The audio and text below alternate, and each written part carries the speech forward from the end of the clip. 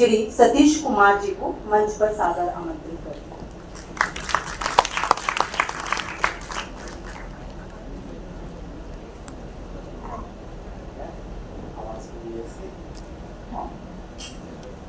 चलिए, हाँ, एनएसएस का कैंप है। आवाज आ रही ना पीछे ठीक से? ओके, तो एक बार जोर से एक उद्घोष के साथ ही शुरू करिए। भारत माता की जय। आवाज अच्छी है और जैसी एनएसएस वालों की चाहिए वैसे नहीं है भाई। भोजन किया ना दोपहर को? हाँ, भारत माता की हाँ, अब लग रहा है ठीक है। एक बार और, भारत माता की हाँ। ऐसे मैं बोलता हूँ जय स्वदेशी, सब लोग बोलेंगे जय जय स्वदेशी, जय स्वदेशी, जय स्वदेशी। मैं बोलता हूँ जब बाजार जाएंगे सब लोग बोलेंगे सामान स्वदेशी लाएंगे। जब बाजार जाएंगे, जब बाजार जाएंगे, मैं बोलता हूँ चाइनीज वस्तु छोड़कर आप लोग बोलेंगे बोलो वंदे मातरम। चाइनीज वस्तु छोड़कर बोलो वंदे मातरम, चाइनीज वस्तु छोड़कर बोलो वंदे मातरम। मैं बोलता हूँ स्वरोजगार अपनाएंगे, आप लोग बोलेंगे देश समृद्ध बनाएंगे। स्वरोजगार अपनाएंगे, देश समृद्ध बनाएंगे। स्वरोजगार अपनाएंगे, देश समृद्ध बनाएंगे। मैं बोलता हूँ गांव शहर की एक पुकार, ये मैं बोलूंगा, आप लोग बोलेंगे उद्यमिता और स्वरोजगार। गांव शहर की एक पुकार, उद्यमिता और स्वरोजगार। गांव शहर की एक पुकार, उद्यमिता और स्वरोजगार। भारत माता की जय, भारत माता की जय। बहुत बहुत धन्यवाद। आज यहाँ मंच पर उपस्थित बहुत ही योग्य, अत्यंत विनम्र, श्रेष्ठ स्तर के शिक्षाविद डॉक्टर रणपाल सिंह जी, जो इस बड़ी विश्वविद्यालय के और माननीय कुलपति हैं। प्रोफेसर लवलीन मोहन जी जो रजिस्ट्रार हैं यहाँ पर, वैसे तो वो पंजाब की उसमें है लेकिन आज बड़ी अच्छी हिंदी बोल रही थी। हाँ? हिंदी बोल रही थी बड़ी अच्छी। और मेरे साथ आए हुए डॉक्टर वेद प्रकाश जी जो हमारे स्वावलंबी भारत अभियान के हरियाणा के समन्वयक हैं। Doctor S K. सिन्हा जी यहाँ डीन हैं एकेडमी वेलफेयर के। डॉक्टर जितेंद्र जी जो एनएसएस के कोऑर्डिनेटर भी हैं और जो फोन कर करके हमारे को जो है यहाँ पर घसीटे ही रखते हैं। डॉक्टर दया सिंह जी मेरे साथ आए हुए, कुलदीप जी, और बहुत अच्छे ढंग से जो मंच संचालन कर रही हैं, एक बार उनके नाम पे जोरदार ताली भी बजा दीजिए भाई। डॉक्टर बिट्टू जी और देश भर से आए हुए कितने 12 स्टेट से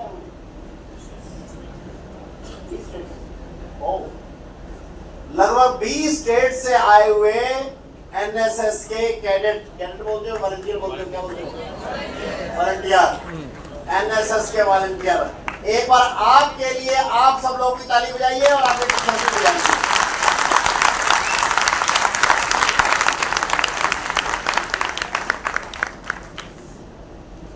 क्योंकि ये उद्घाटन हो रहा है आज 7 दिन के आप लोगों के इस शिविर का, इसलिए सबसे पहला काम है जो देश भर से आए हुए ऐसे सब प्रतिनिधि हैं उन सब लोगों का बहुत बहुत अभिनंदन, बहुत बहुत स्वागत है यहाँ पर।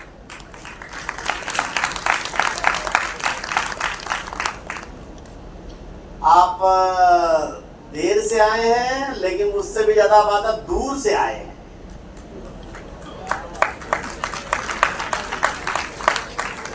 लेकिन आए तो हैं और केरल से आए हैं, मुझे पता चला। कहाँ कर्नाटक से आए, कहाँ बंगाल, कहाँ से आए? केरल वाले जरा हाथ में करो। केरल, तुम्हारे को समझ में आ रहा है व्हाट आई एम सेइंग? हाँ, थोड़ा थोड़ा। हाँ, अच्छा नीचे तमिलनाडु का भी है क्या भाई? तमिलनाडु देखो, you can not understand my Hindi ना? यू अंडरस्टैंड और नॉट? नो।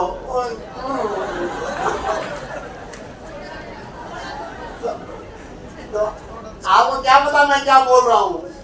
थोड़ा थोड़ा। हाँ, ये पक्का वर्ड है, थोड़ा थोड़ा।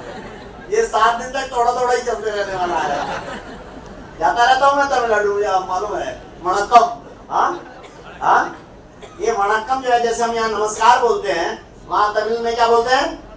वणक्कम।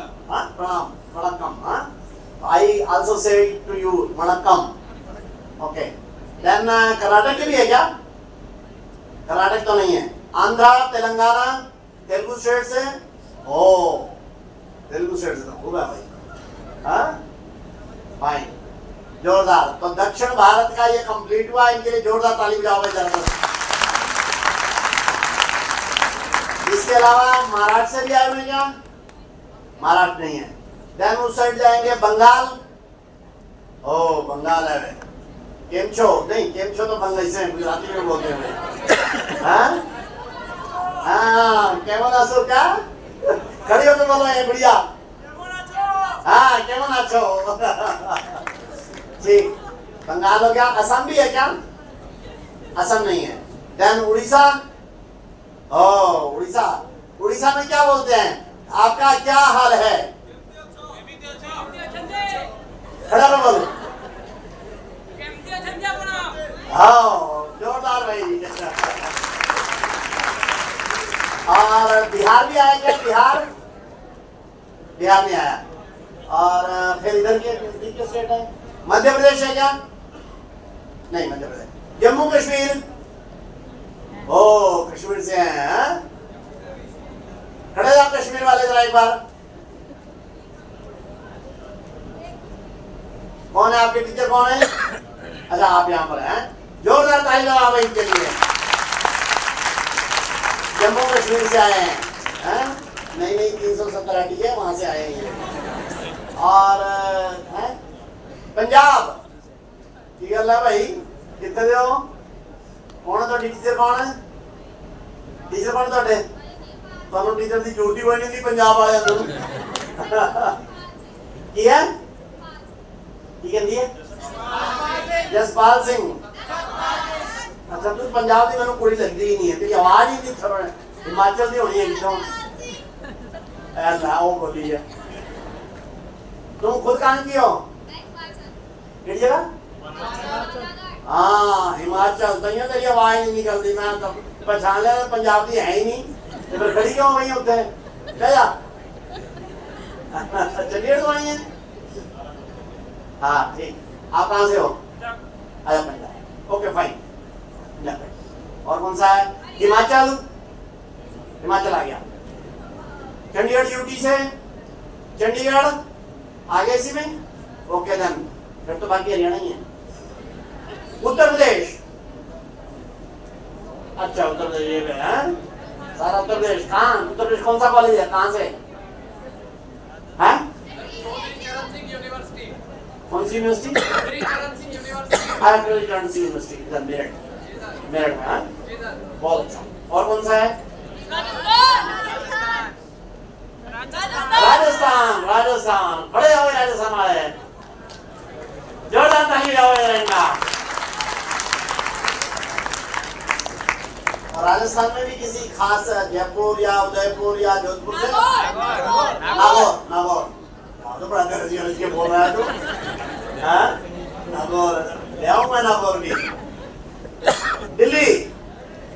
ओ, दिल्ली दिल वालों की है। मैं दिल्ली में रहता हूँ भाई। खड़े हो जरा एक बार। चलो जोरदार दिल्ली वालों के लिए ताली बजाओ भाई। कैपिटल सिटी से हैं। ओके फाइन, बैठ जाओ। कोई रह गया स्टेट? हरियाणा तो है ही है।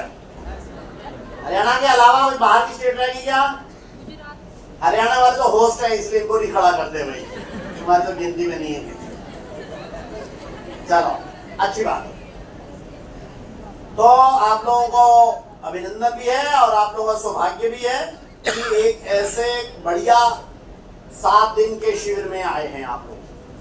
जिस ढंग से आपके वीसी सर और रजिस्ट्रार मैडम जितेंद्र जी यहाँ पर आपको आश्वस्त कर रहे थे कि किसी प्रकार की फैसिलिटी या इसी प्रकार की आवश्यकता है तो यहाँ का सिस्टम तो है ही है, but you can directly talk to them.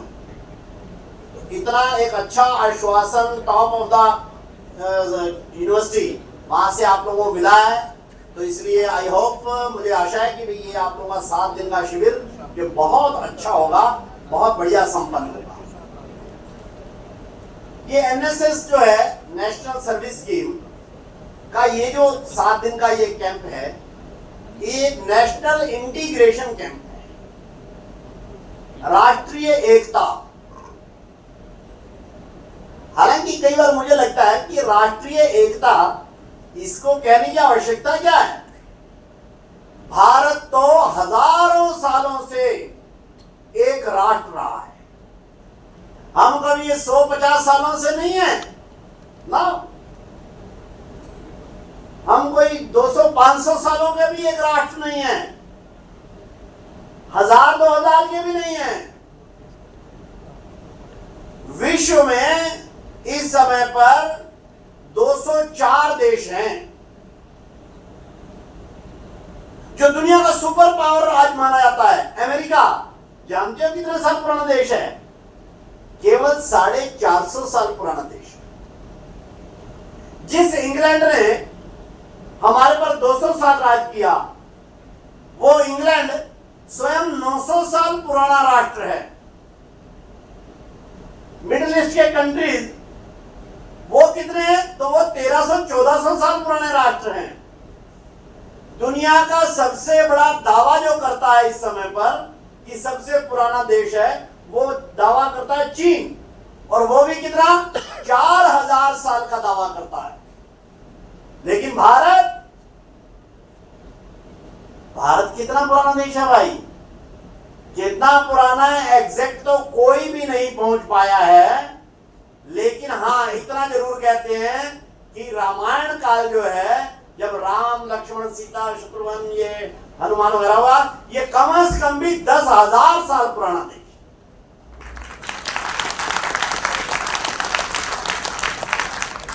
इस सारे विश्व का सबसे पुराना देश ये भारत है, और 10,000 साल तक ये इंटीग्रेटेड ही रहा है, एक रहा है।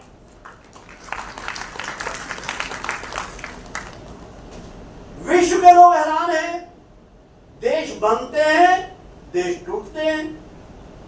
1917 में यूएसएसआर बना, बोल्शेविक क्रांति के बाद रशिया।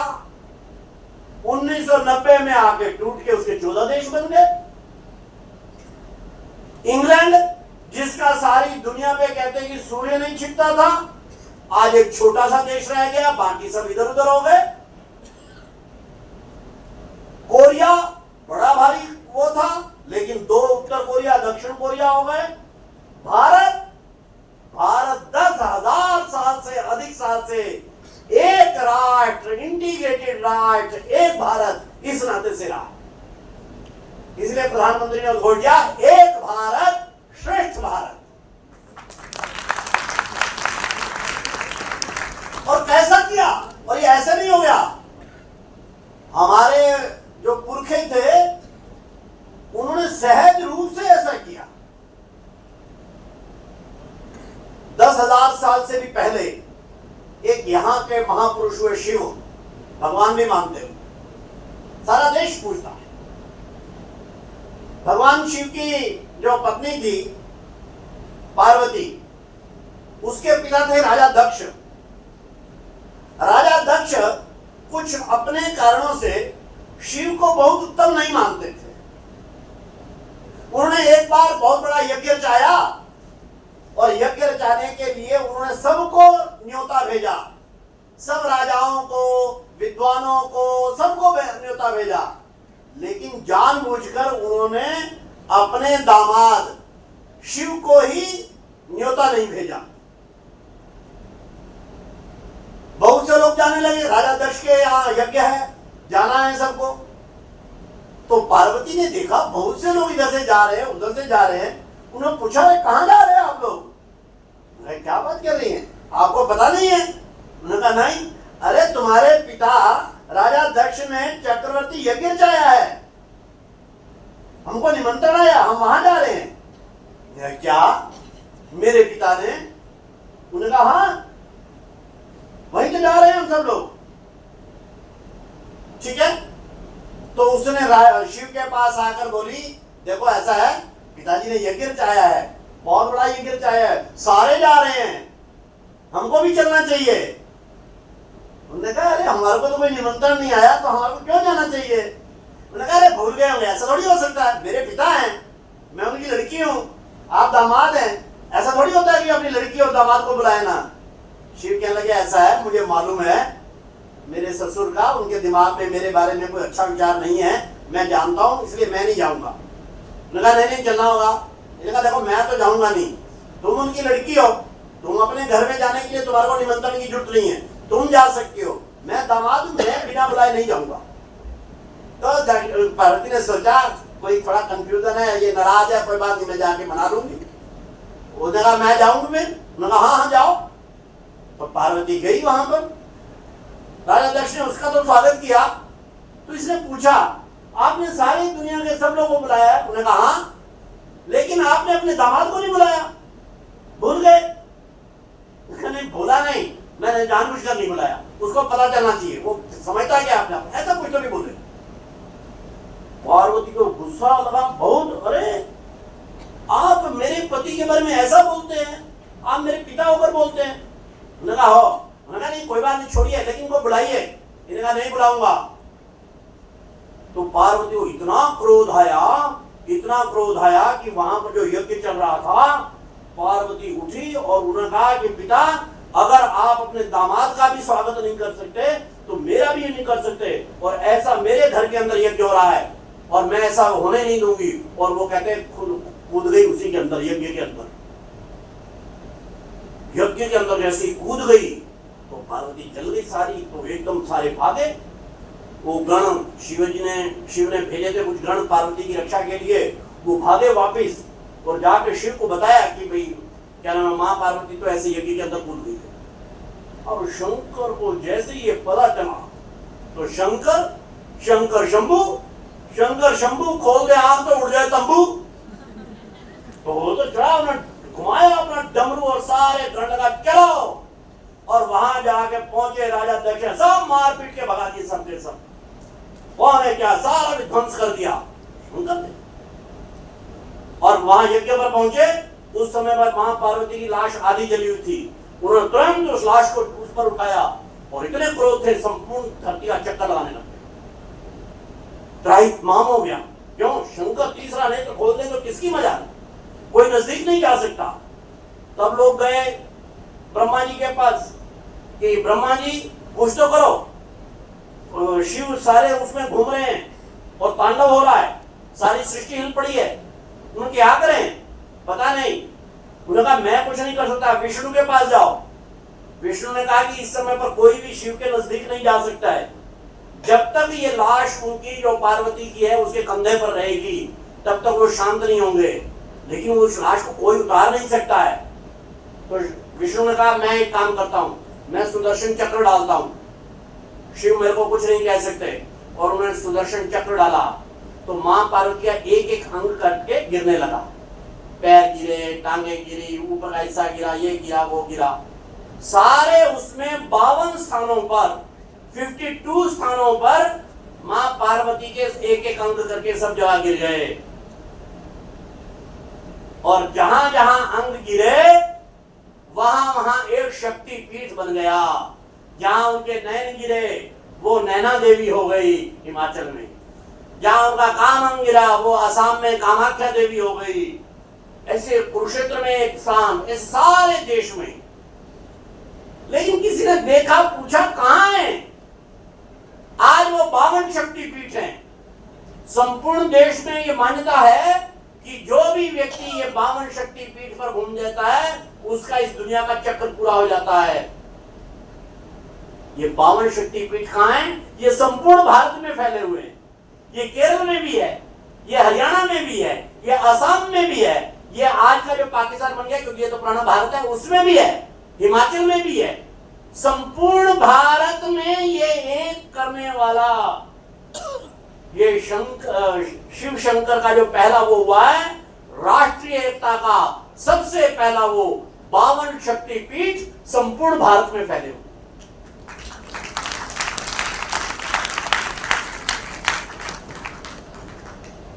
उदाहरण दूंगा, देता रहूंगा तो आज सायंकाल हो जाएगी, यहीं पर ही हो जाएगा, मेरे को भी जाना है, आपको भी जाना होगा। लेकिन जरा ध्यान करिए, राम जी अयोध्या से चलते हैं, पहुंचते हैं कहां? दक्षिण में श्रीलंका तक संपूर्ण देश की यात्रा करते हैं। क्यों? संपूर्ण राष्ट्रीय राम का है। कृष्ण जी महाराज, आप लोगों को मालूम है कि नहीं मालूम? कृष्ण कहां पैदा हुए हैं? किसको मालूम है कहां पैदा हुए? मथुरा में। कृष्ण जी ने गीता का उपदेश कहां दिया? कुरुक्षेत्र में। कृष्ण जी ने अपनी स्थान कहां बनाया? द्वारिका में, पश्चिम भारत में। कृष्ण जी की पत्नी रुक्मिणी ये कहां की थी? मणिपुर की। जरा ध्यान करना, मणिपुर असम से ऊपर पूर्व में। और कृष्ण जी महाराज की आज भारत में सबसे अधिक चर्चा, सबसे अधिक पूजा कहां होती है? केरल में। पूर्व, पश्चिम, उत्तर, दक्षिण कृष्ण जी महाराज सब जगह पर उपस्थित है। आप जाइए कहीं पर भी, रामकृष्ण के नाम से लेकर और कृष्ण सिंह के नाम तक पंजाब में सब जगह पर राष्ट्रीय एकता का दर्शन होता है। शंकराचार्य हुए आज से 3200 वर्ष पूर्व, चारों देश के चारों कोनों में उन्होंने 4 धाम स्थापित किए, पूरे भारत की यात्रा की पैदल। आज से लगभग 3000 वर्ष पूर्व, 2800 वर्ष पूर्व सारे देश को एक रखने का प्रयत्न ये आज से नहीं 10,000 साल से चला है। इसलिए भारत ये एक भारत है, इसलिए भारत ये श्रेष्ठ भारत है।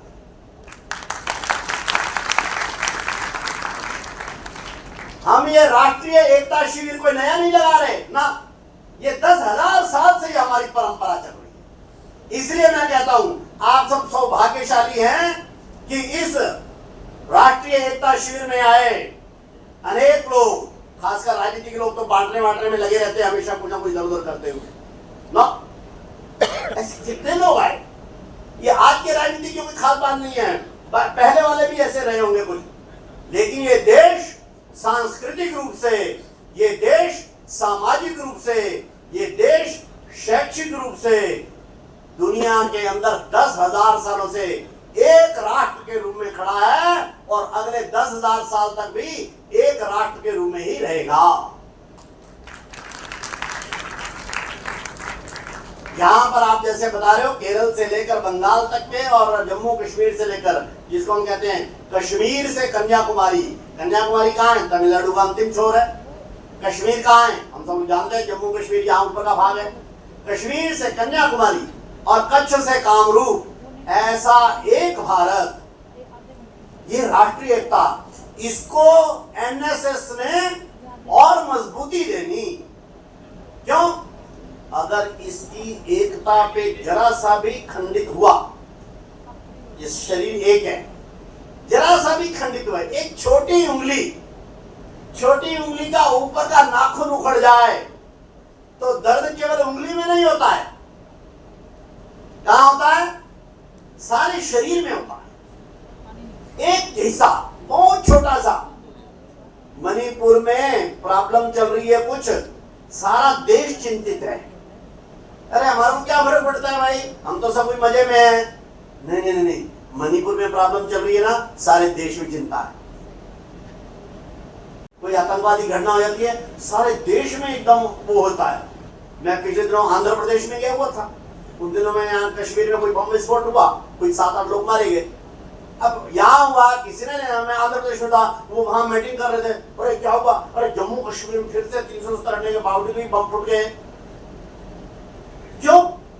आंध्र के लोगों को मन में भी जम्मू कश्मीर हमारा है, इसकी उनको एकात्मता की चिंता है। शरीर ये किसी भी स्थान पर अगर दुखी होता है तो वो एरिया दुखी नहीं होता है, वो केवल छोटा सा पैर का हो या इसका हो या सिर का वो हो, वो केवल वो स्थान नहीं होता, सारा शरीर दुखी होता है। ऐसी सारा शरीर सुखी भी होता है जब कोई जीभ में आपने रसगुल्ला खाया, अच्छा रसगुल्ला खाया, रसगुल्ला खाया तो केवल क्या जीभ को अच्छा लगता है? ना ना, दिमाग को जाता है, दिमाग से संवेदना सारे शरीर को बहुत अच्छा लगता है। आज रसगुल्ला खाया, यहां पर आए, अभी बोर हो रहे हैं तो केवल दिमाग थोड़ी बोर हो रहा है, अरे भाषण खाएगा, पहले ही भाषण शुरू कर दिया। बोर हो रहा है तो सारा शरीर ही बोर हो रहा है। बोर हो रहे हैं ना? हो रहे कि नहीं? बीच में कह रहे यस सर, नहीं नो नो नो नो बोलना। एनीवे, अगर हमारे को खुशी होती है किसी एक अंग को, सारा शरीर खुश होता है। अगर दुखी होता है शरीर का कोई एक अंग तो सारा शरीर दुखी होता है। इसी को राष्ट्रीय एकता कहते हैं।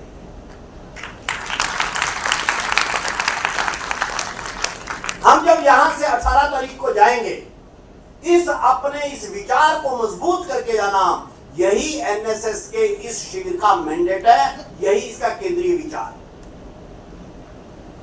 और एक दूसरा पक्ष है इसका, आप लोग पास सिटिंग वो नहीं है क्या?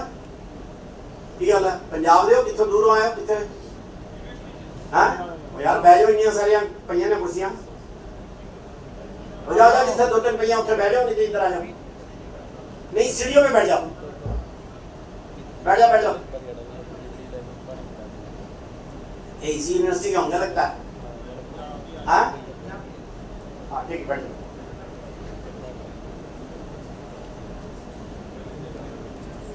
दूसरा विषय क्या है? दूसरा विषय है एनएसएस में, दूसरा विषय क्या है? नेशनल इंटीग्रेशन कैंप है। ये एक बात है, अपने इस संगठन का नाम है, क्या नाम है पूरा? एनएसएस से क्या बनता है? National service scheme. सेवा का भाव, शिक्षा का भाव। मैंने पूछा कि हमारे इसका स्लोगन क्या है, तो हमारा स्लोगन है स्वयं से पहले आप, नॉट मी बट यू। ये हमारे एनएसएस का सेंट्रल स्लोगन है। ये सेवा कैसी है इस समय के पर उसमें, और ये सेवा करने का एक बहुत इस समय पर कारण भी है, और वो कारण आप सब लोग भी महसूस कर रहे हो। मैं बताऊं, आप सब जो भी डिफरेंट यूनिवर्सिटी और कॉलेज में पढ़ रहे हो, एक बात आपके दिल दिमाग पर बहुत गहरे बैठी है, मैं जानता हूं, क्योंकि मैं सारे देश में घूमता रहता हूं, और आपसे ज्यादा आपके पेरेंट्स के दिल दिमाग पर बैठी हुई है। अच्छा, मैं पूछता हूं आपसे, वो कौन सी प्रॉब्लम है जो आपके दिल दिमाग पर भी बैठी हुई है और आपसे ज्यादा आपके पेरेंट्स के दिल दिमाग पर बैठी हुई है? कौन सी प्रॉब्लम है? हाँ? बोलो बोलो।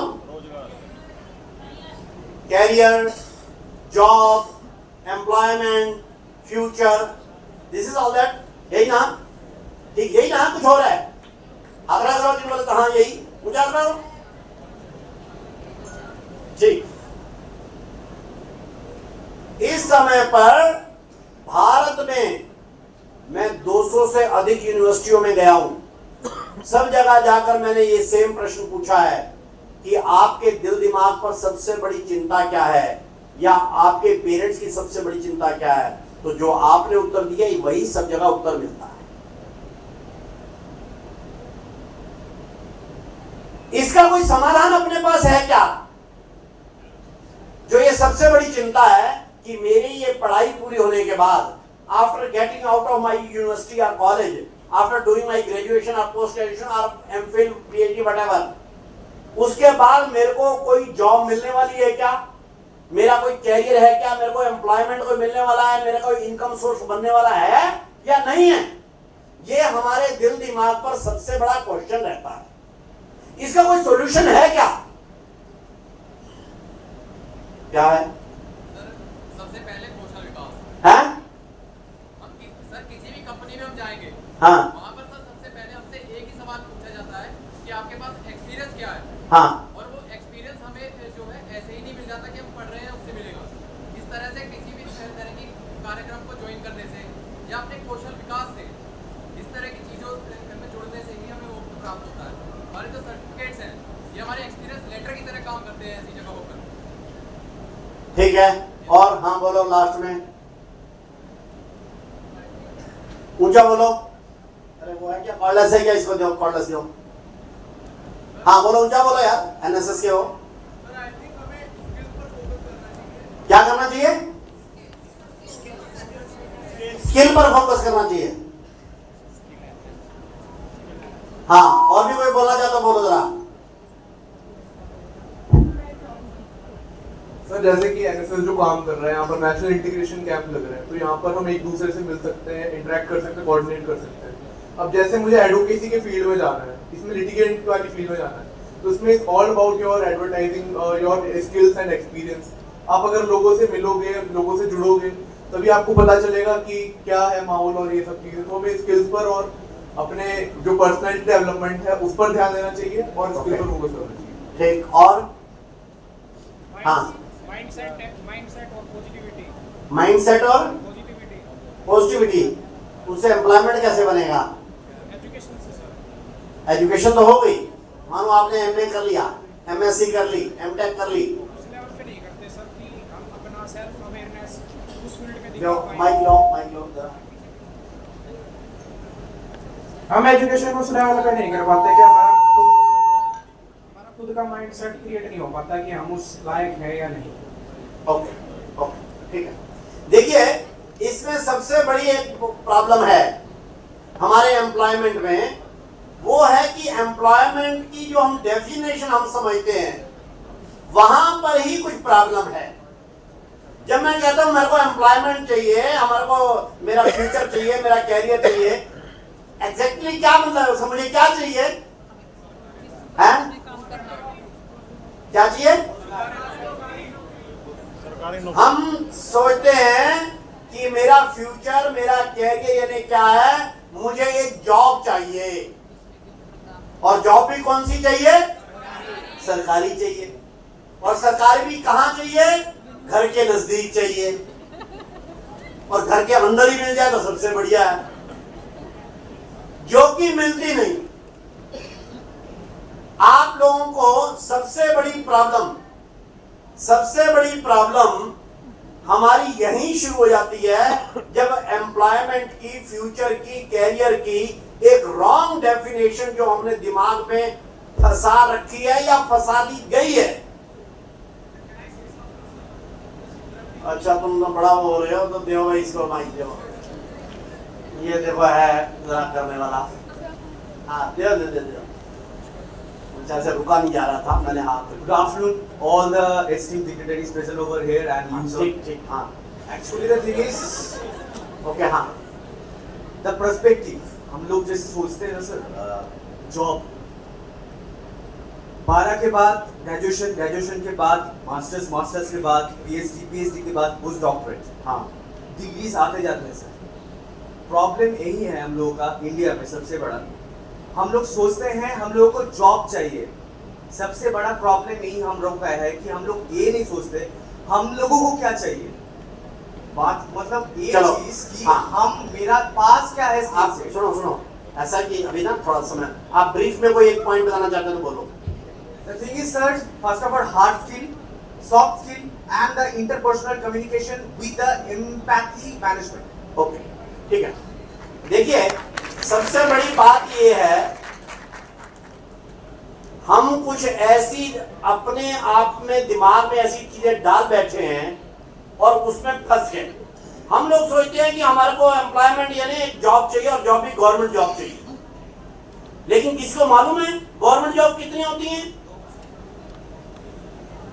गवर्नमेंट जॉब छोड़ दीजिए, जो बड़ी कंपनी की जॉब भी है, प्राइवेट जॉब, मल्टीनेशनल कंपनी की जॉब है, टाटा की जॉब है, बिरला की जॉब है, अडानी अंबानी व्हाटएवर जो ग्रुप है, बड़े बड़े इंफोसिस है, ये है वो है, टोटल मिलाकर सारे देश में नंबर ऑफ जॉब्स है 3,80,60,000।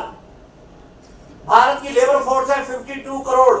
That mean only 7.6% jobs are available. Only 7.6।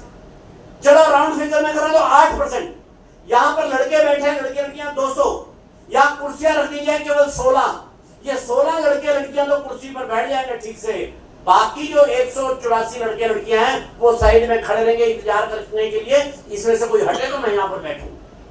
यही भारत की बेरोजगारी है। हमारे को मालूम ही नहीं है। हम सोच रहे हैं employment mean job, government job, और गवर्नमेंट जॉब तो 8% से ऊपर होती ही नहीं। अच्छा, मैं एक डाटा आपसे पूछता हूं, छोड़ो, मैं नीति आयोग का डाटा रिकॉर्ड नहीं कर रहा, गवर्नमेंट ऑफ इंडिया का नहीं कर रहा, CMI का नहीं कर रहा, नो, आपका एक डाटा रिकॉर्ड करता हूं। आप में से जो यहाँ 200 से ऊपर लड़के लड़कियां बैठे हैं जिनके फादर, क्योंकि मदर हमारे यहाँ इंडियन सिस्टम है, सब जगह जॉब्स वगैरह में नहीं होती, इसलिए मदर का भी नहीं कैलकुलेट करते, फादर, आप में से जिनके फादर गवर्नमेंट जॉब में हैं, किसी भी लेवल की, छोटी हो बड़ी हो, क्लर्क हो या फिर प्रोफेसर हो, गवर्नमेंट जॉब में हैं, आप में से जिनके फादर, जरा हाथ खड़ा करो, करो करो करो, 1 2 3 4 5 6 7 8 9 10 11 12 13 14 15 16 17 18 19 20 21 22 23 24 25 26 28 लड़के लड़कियां ऐसे हैं जिनके फादर जो है वहां पर हैं।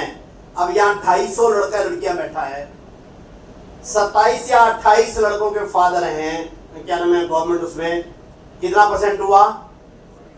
11%। और ये तो आप लोग जो है क्योंकि यूनिवर्सिटी के और डिफरेंट उससे अच्छे उससे आते हो, अगर नॉर्मल कॉलेज हो उसमें ये परसेंटेज 10 नहीं 8 से भी कम आता है, 4-5% आता है, आपका भी 10-11% से ऊपर है। अब लेकिन दूसरी बात भी बताओ मेरे को, दूसरी बात बताओ, ये 27 या 28 लड़के लड़कियां, इनके फादर को जॉब मिली हुई है, लेकिन क्या ये जो बाकी के 170 लड़के लड़कियां हैं, इनके फादर जो है वो बेरोजगार है क्या? नहीं। अच्छा, दूसरा प्रश्न मैं पूछता हूं, जिनको लगता है मेरे फादर की गवर्नमेंट जॉब तो नहीं है, बट हमारे ठीक है, हम कोई गरीब गुरबे नहीं है, ठीक है, बहुत बड़े कोई अडानी अंबानी नहीं बन गए, लेकिन हमारे यहाँ अच्छा है, ठीक है, उधर हाथ करो, ऊंचा ऊंचा ऊंचा करो उधर हाथ। अब ये देखिए, मोर देन 70%। जरा ध्यान करो भाई, जो अगला वाक्य मैं बता रहा हूं आप लोगों को, एनएसएस के आए हो, दूर से आए हो, इसलिए सुन लीजिए। आपका यहां का data, I am not coating the data of NSS और सीएमआई, नो, आपके यहां 200 का डाटा कह रहा है 27 लड़के लड़कियों के फादर जॉब में होते हैं। आपका डाटा कह रहा है 70% के फादर जॉब में नहीं है लेकिन अच्छे हैं, यानी एम्प्लॉयमेंट के नाते से फ्यूचर अच्छा है। और हम किस दिमाग में पड़े हुए हैं? हम दिमाग में पड़े हुए हैं कि हमारे को एम्प्लॉयमेंट चाहिए, यानी गवर्नमेंट जॉब चाहिए। हम अपने आप को गुर्बत में, अपने आप को बेरोजगारी में डाल रहे हैं इस एक डेफिनेशन से। आप अपने फादर को ही ले लीजिए, आपके फादर जिनके जॉब नहीं करते वो अच्छे हैं, और जॉब केवल 27 यानी 10% के पास है। इसलिए सबसे बड़ी बात है, a please girl please, you are talking yourself, no no whispering please, only 10-15 minute और है। आप अपने आप को बेरोजगार करने के लिए अपने माइंड पर जोर देते हो, जरा ध्यान करना। जब आप बार बार दिमाग में सोचते हो कि मेरे को जॉब चाहिए, नो, आपको वास्तव में अपने फादर, अपने पेरेंट्स को फॉलो कर सकते हैं, और उसके लिए एक वर्ड है, वो है एंटरप्रेन्योरशिप, स्वरोजगार, एंटरप्रेन्योरशिप। जॉब्स लिमिटेड होती हैं, एंटरप्रेन्योरशिप और स्वरोजगार अनलिमिटेड होता है। जॉब के लिए पर्टिकुलर क्वालिफिकेशन और स्किल चाहिए, एंटरप्रेन्योरशिप के लिए कुछ नहीं चाहिए। आप तो हाईली क्वालिफाइड हैं। मैं लगभग 5 महीने पहले गुड़गांव यूनिवर्सिटी में गया था, ऐसे बीसी दिनेशी मेरे साथ बैठे थे, मेरे साथ वाली ये कुर्सी के ऊपर एक महिला बैठी, बिल्कुल साधारण रूरल एरिया की, सिर तक ऐसा पल्लू लिया हुआ उसने। मैंने पूछा, बहन जी आप कौन है? तो कह लगी मैं तो बुलंदशहर की रहने वाली हूँ जी, हम तो यूं ही हैं जी, ऐसे आ गए जी। मैं क्या ऐसे आ गए? ये यूनिवर्सिटी है, यहाँ बड़े बड़े प्रोफेसर आते हैं, लवनीति जैसी प्रोफेसर आते हैं, बाकी आते हैं। इससे कम नहीं आते हमारे यूनिवर्सिटियों में। तुम कहाँ आ गई हो देसी सी? माँ कितनी पढ़ी हो? जी मैं तो छठी में फेल होगी जी। काम क्या करती हो? हम तो अचार मुरब्बे बनावे हैं जी। मैं सोचा यार अच्छा यूनिवर्सिटी में फंसाया मेरे को। यूनिवर्सिटी का कार्यक्रम है, प्रोफेसर सामने इतने पीएचडी स्टूडेंट बैठे, ये अचार मुरब्बे बनाने वाली कहाँ बैठी है मेरे बीच में। मैं सोचा ये गलती से आ बैठी, जितेंद्र जी जैसे वहां का क्या रुचि ने बताया, बात सुन ये कौन बहन जी आ बैठी है, गलती से बिठा दी यहाँ पे, शायद मेरे को पानी पिलाने के लिए आई होगी। कहते नहीं सी जी ये बुलाया हमने। मैं तो बुलाया? तो हाँ ओके ओके। फिर मैंने सोचा अपना भाषण शुरू करने से पहले इसी का ही कराऊं। मैंने कहा बहन जी आप अपने बारे में बोलोगे? हाँ जी बोल देंगे जी। वो आके खड़ी हुई एकदम देसी अंदाज में, अभी 5 महीने पहले। ऐसा जी मैं और मेरा घरवाला जी, हम तो बुलंदशहर के पास हमारा गांव है जी, गांव में झगड़ा हो गया, हमारे को तो छोड़ के आना पड़ गया जी, हम तो दिल्ली आ गए जी। इनका कोई दोस्त था उसके यहाँ जी, हमारे पास तो कुछ खाने को था ही नहीं। बस मैंने पूछा कितने पीसे हैं, तो कहा 2000 रुपए। मैं छठी फेल, मेरा घरवाला 10वीं फेल। मैं तो कोई पास भी हुए या फेल ही फेल हुए। लेकिन आगे क्या बताया उसने? आगे उसने बताया कि मैं तो क्या करती, मैंने पति से कहा कि तुम्हारे पास थोड़े पैसे जाके सब्जी मंडी से ना सब्जी खरीद लाओ, मैं बेच दूंगी। ये गए मंडी से सब्जी खरीद लाए, मैंने बाहर बाजार में चादर बिछा के बेचनी शुरू कर दी। थोड़ा और बिक जाए इसलिए मैंने पानी रख लिया, गर्मियों के दिन थे। थोड़ा और जरा गाहक आने लग गया तो मैंने अचार बना के रख लिया। फिर लेकिन अचार हमारा बिकता नहीं था ज्यादा, हम परेशान थे कि ज्यादा सेल नहीं हो रही। मैंने कईयों से पूछा, किसी ने एक ने बताया मेरे को एक दिन 2 महीने बाद कि भाई ये तो पता नहीं कैसे अचार बिकेगा तुम्हारा, पर हमारे यहाँ ना नाबार्ड वालों ने एक कैंप लगाया है, 15 दिन का है, उसमें 2 घंटे की रोज की ट्रेनिंग है अचार मुरब्बे बनाने की। ये कर लो तो शायद आपको फायदा हो जाए। मैं रोज 2 घंटे वहां जाने लग गई। वो पूरे देसी अंदाज से बताई जा रही है। और जो उसने आगे बताया कि 15 दिन के बाद उन्होंने 25,000 रुपए का मेरे को लोन दे दिया जी। मेरे को वहां पता चला मेरा अचार बिकता क्यों नहीं है। अचार तो मेरा बहुत स्वाद, लेकिन मैंने पैकिंग नहीं रखती थी, मैं तो केवल चिगड़ी में बनाकर दे देती थी पॉलिथीन में। उसने मेरे को बताया नाबार्ड वालों की इसकी पैकिंग होती है, पैकिंग ऐसे करके उसके ऊपर लेबल लगा के बिको तो अब दिल्ली में बिकता है। मैंने 25,000 रुपया लोन ले लिया और उससे वो अपने डिब्बे बनाने शुरू कर दिए, बेचने शुरू कर दिए। मेरी सेल बढ़ने लग गई। मैं यहाँ और डिटेल नहीं बताता हूँ। और करते करते आगे जो उसने बताया, उसके बताते ही मैंने अपना फोन उठाया। मैं कि या तो ये बहन गलत बोल रही है या फिर मैं आज नए चक्कर में हूँ। उसने कहा जी 14 साल हो गए जी, 2000 रुपए से हमने शुरू किया था, आज हमारी 2 फैक्ट्रियां हैं और हमारा टर्नओवर है 8 करोड़ रुपए का। मैंने कहा ये तो गलत बोलती है। मैंने वहीं से पूछा, मैंने कहा बहन जी नाम क्या है आपका? उसने कहा जी कृष्णा यादव। मैंने गूगल उठाया, गूगल में लिखा कृष्णा यादव। कोई हो तो आप लोग भी लिख सकते हो, कृष्णा यादव।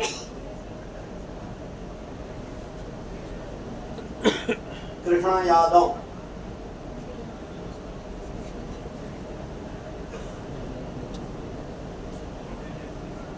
जरा एक बार यहाँ वो है क्या, नेट है क्या ठीक से?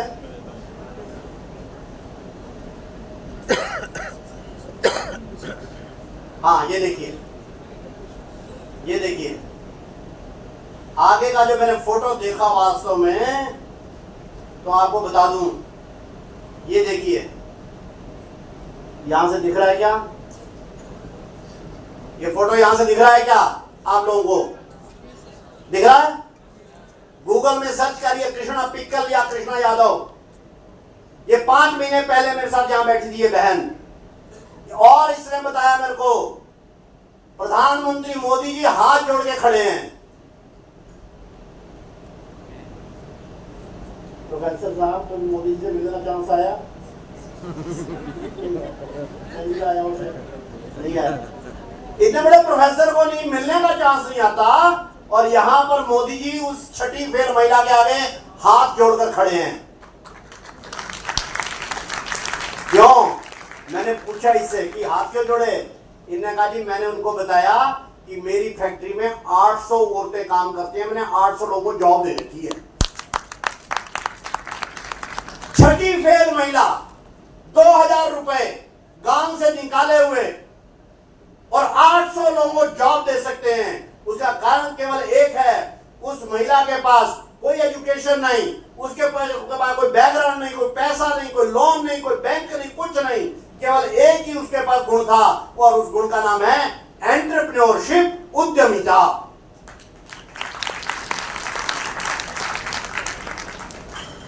मैंने स्टडी किया स्टीव जॉब को, जिसने एप्पल कंप्यूटर बनाया। दुनिया की पहली $1 ट्रिलियन की कंपनी बनी एप्पल कंप्यूटर्स, उसको बनाने वाला स्टीव जॉब। मैंने सोचा कहां का पढ़ा हुआ है, शायद हमारी चौधरी रणवीर सिंह यूनिवर्सिटी जींद का पढ़ा हुआ होगा स्टीव जॉब, या फिर कहीं मिशिगन यूनिवर्सिटी का पढ़ा हुआ होगा, या फिर कहीं और कोई इंटरनेशनल उसमें होगा। नो, स्टीव जॉब दुनिया की किसी यूनिवर्सिटी का पोस्ट ग्रेजुएट नहीं था, डॉक्टरेट होने का सवाल नहीं, और स्टीव जॉब उसको छोड़िए किसी कॉलेज का भी ग्रेजुएट नहीं था। कितना पढ़ा हुआ था मालूम है? He was a +2 drop out. और क्यों? इसलिए नहीं कि उसको पढ़ाई में रुचि नहीं थी या उसको नंबर नहीं आते थे। नो, स्टीव जॉब के फादर ने उसके +2 के बाद उसको एक कॉलेज में एडमिशन करवाया। 1 महीना वो कॉलेज में गए। 1 महीने बाद उसको क्लर्क से पता चला कि मेरे इसकी तो लगभग $150 और हर सेमेस्टर की फीस है। इसने सोचा हम तो गरीब आदमी हैं, मेरे फादर एक छोटे किसान हैं, ये कहां से इतनी फीस दे रहे हैं। वो शाम को घर गए, अपने फादर से पूछा, फादर आपने मेरी फीस कितनी है कॉलेज की? उन्होंने कहा है जितनी भी है, तूने क्या लेना, तू पढ़ाई कर। No no no no, I want to ask. उन्होंने कहा पता है कितने डॉलर है? कहां से लिया आपने? हम तो पुअर किसान हैं, हमारे पास इतना पैसा है नहीं। उन्होंने कहा नहीं, तूने नहीं पूछना, यू गो ऑन स्टडी। नहीं करूंगा, पहले मेरे को बताओ ये पैसा कहां से आ रहा है, हमारा तो है नहीं। इन्होंने कहा बेटे अगर तू बहुत जिद मारता तो मैं सच बता सकता हूं। क्या? मैंने अपनी 1 हेक्टेयर जमीन बेच डाली है। मेरे पास 6 हेक्टेयर जमीन है, 1 हेक्टेयर बेच के तेरे को इस पड़ा है। उन्होंने कहा अगले सेमेस्टर 1 हेक्टेयर और बेचूंगा, फिर 1 हेक्टेयर और बेचूंगा। क्यों? इन्होंने कहा ऐसा है, तू मेरा असली बेटा नहीं है, एडॉप्टेड बेटा है। मैंने तेरी मां से एक वायदा किया था कि मैं तेरे को जो है जिंदगी में ग्रेजुएट जरूर कराऊंगा। इसी वायदे पर ही उसने मेरे को तुम्हारे को जो हमारे को दिया था। वो तुम्हारी माँ, बायोलॉजिकल माँ तो मर चुकी है, लेकिन मैं एथिकली बाउंड हूं, इसलिए मैं अपनी जमीन, मेरे पास पैसे नहीं है, मैं अपनी जमीन बेचकर भी तुम्हारे को पढ़ाऊंगा। No, it is wrong. आप जमीन बेचकर पढ़ाएंगे तो मेरे बाद में जॉब लगी ना लगी क्या करेंगे?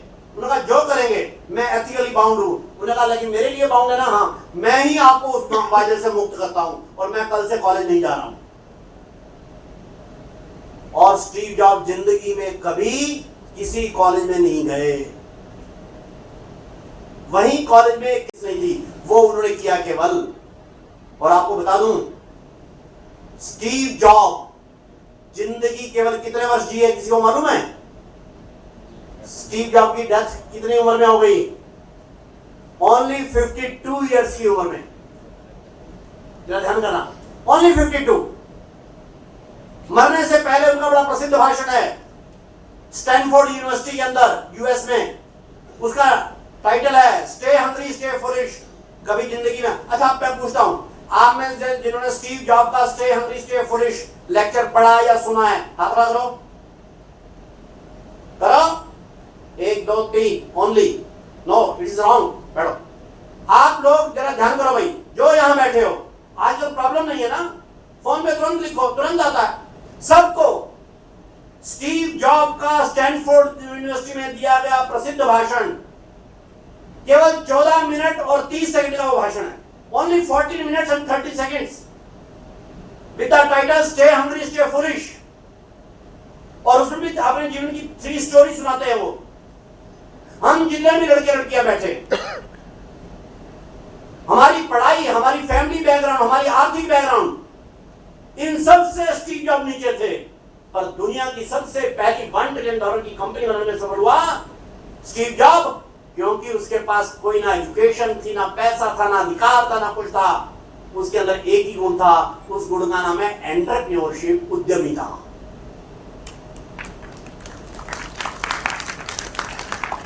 इसलिए यहां जो जितने भी लड़के लड़कियां बैठे हो, एनएसएस इस कैंप में आए हो, हमारे को अपना भी और अपने साथियों का भी फ्यूचर, कैरियर, इसको ठीक करना है और इसके लिए एंटरप्रेन्योरशिप के फील्ड में जाने की तैयारी करो। और ये तैयारी आफ्टर ग्रेजुएशन और पोस्ट ग्रेजुएशन नहीं होती है, no, it is during your education. 5 principles हैं, मैं जाने से पहले उसको एक बार बोल देता हूं, आप भी बोल दीजिए मेरे पीछे। और ये 5 प्रिंसिपल मैं दावे के साथ कह रहा हूं, आपकी जिंदगी के अगर आप लोगों ने एक्सपीरियंस कर लिए तो यहां जितने भी बैठे हो ना, 250-300 लड़के लड़कियां, जिंदगी में कभी भी आपको अपने फ्यूचर या अपने अर्निंग की चिंता नहीं करनी पड़ेगी अगर उन 5 फार्मूले को, 5 प्रिंसिपल्स को अगर आपने जीवन में उतार दिया तो। और बड़े सरल सरल बोल रहा हूं, मेरे पीछे बोलिए। फर्स्ट है start earning early, earn while you learn. हाथ आधा आधा मेरे पीछे बोलिए। Start earning early,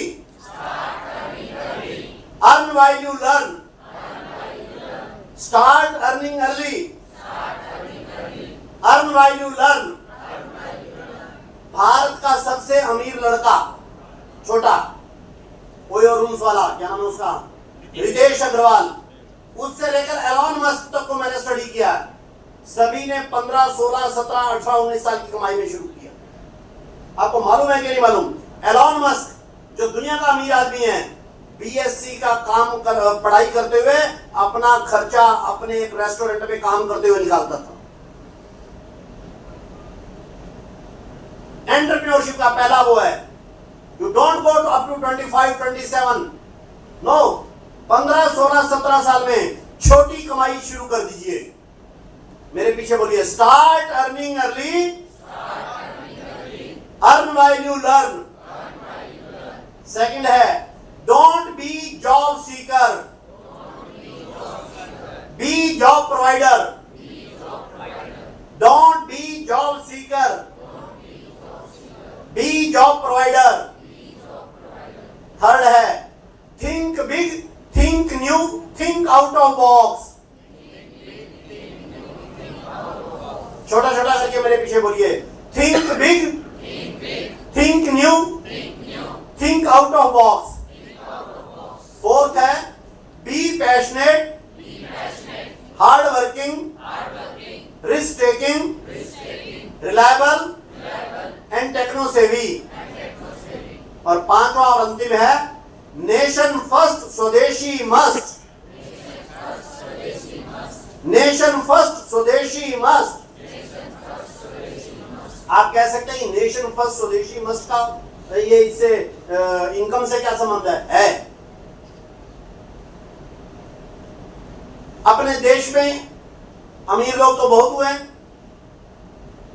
Ratan Tata जिनका अभी अभी देहांत हुआ, उनका जब जैसे ही नाम आता है सब लोग बड़े आदर से, बड़ी श्रद्धा से, बड़े उससे उनका नाम लेते हैं। उनको भारत रत्न मिलना चाहिए, उनका ऐसा मिलना चाहिए, ऐसा बोलते हैं।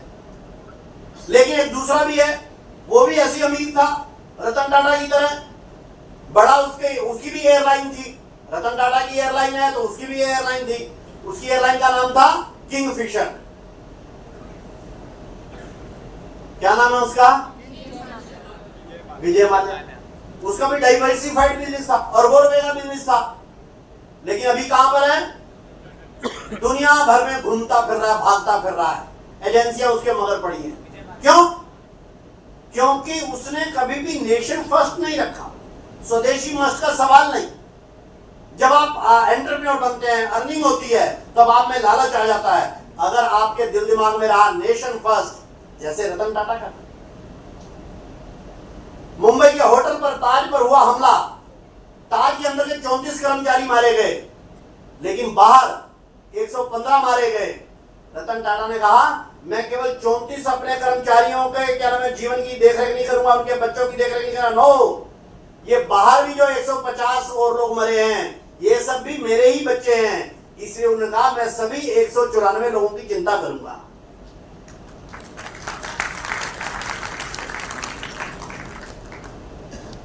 कोरोना आया तो टाटा ग्रुप ने सबसे पहले कहा पहला 100 करोड़ रुपया मैं दान देता हूं। तो नेशन फर्स्ट स्वदेशी मस्ट, ये किसी भी एंटरप्रेन्योर का, किसी भी युवक का जीवन का ये बड़ा प्रिंसिपल होना चाहिए। ऐसे ये 5 प्रिंसिपल, पहला है start earning early, earn while you learn. दूसरा है don't be job seeker, be job provider. तीसरा है think big, think new, think out of box. Fourth है be passionate, hard working, risk taking, reliable and techno savvy. और पांचवा है nation first स्वदेशी must. मेरे से किसी ने पूछा सतीश जी आप ये दावा करते हैं कि ये 5 क्या नाम है एंटरप्रेन्योरशिप के प्रिंसिपल बड़े काम करते हैं, लेकिन 100% थोड़ी करते हैं। मैं क्या 100 नहीं 200% करते हैं। क्या मतलब? मैंने कहा जो जिंदगी में सफल हुए हैं ऐसे लोगों के ही मैंने निष्कर्ष निकाले, या तो कृष्णा यादव जैसे जिनसे मैं मिला हूं, या फिर रतन टाटा और स्टीव जॉब जैसे जिनको मैंने अध्ययन किया, जिन्होंने जिंदगी में बड़ी कमाई की है, बड़ा सक्सेसफुल जीवन जिया है, उनके निष्कर्ष हैं ये। इसलिए 100 नहीं 200% काम करते हैं। इसलिए आज यहां क्लोज करने से पहले मैं आपको आपके फ्यूचर की, आपके कैरियर की, आपके परिवार की बहुत बहुत बधाई देता हूं, शुभकामनाएं देता हूं, क्योंकि अभी भी दिवाली होकर गई है। हमारे जीवन में भी ऐसा प्रकाश आ जाए और उद्यमिता के पथ के ऊपर चलते हुए, एंटरप्रेन्योरशिप के रूट पर चलते हुए हम अपना फ्यूचर और कैरियर जब करेंगे, तो जो मैंने पहला क्वेश्चन पूछा था, मैंने पहला कहा था जो हमारी सबसे बड़ी चिंता है और हमारे परिवार की सबसे बड़ी चिंता है कि हमारा फ्यूचर और कैरियर क्या होगा, उस फ्यूचर और कैरियर की चाबी एंटरप्रेन्योरशिप है, वो स्टार्ट अर्निंग अर्ली से है। इसको हम शुरू करेंगे तो निश्चित रूप से हम देश को भी महान बनाएंगे, अपने आप को और अपने परिवार को भी सुखी बनाएंगे, आप सब लोगों के और आपके परिवार के लिए। और ये एनएसएस का कैंप ये भी आप लोगों का सफल हो, इसकी शुभकामनाएं देते हुए अपनी बात पूरी करता हूं। जय स्वदेशी, जय भारत।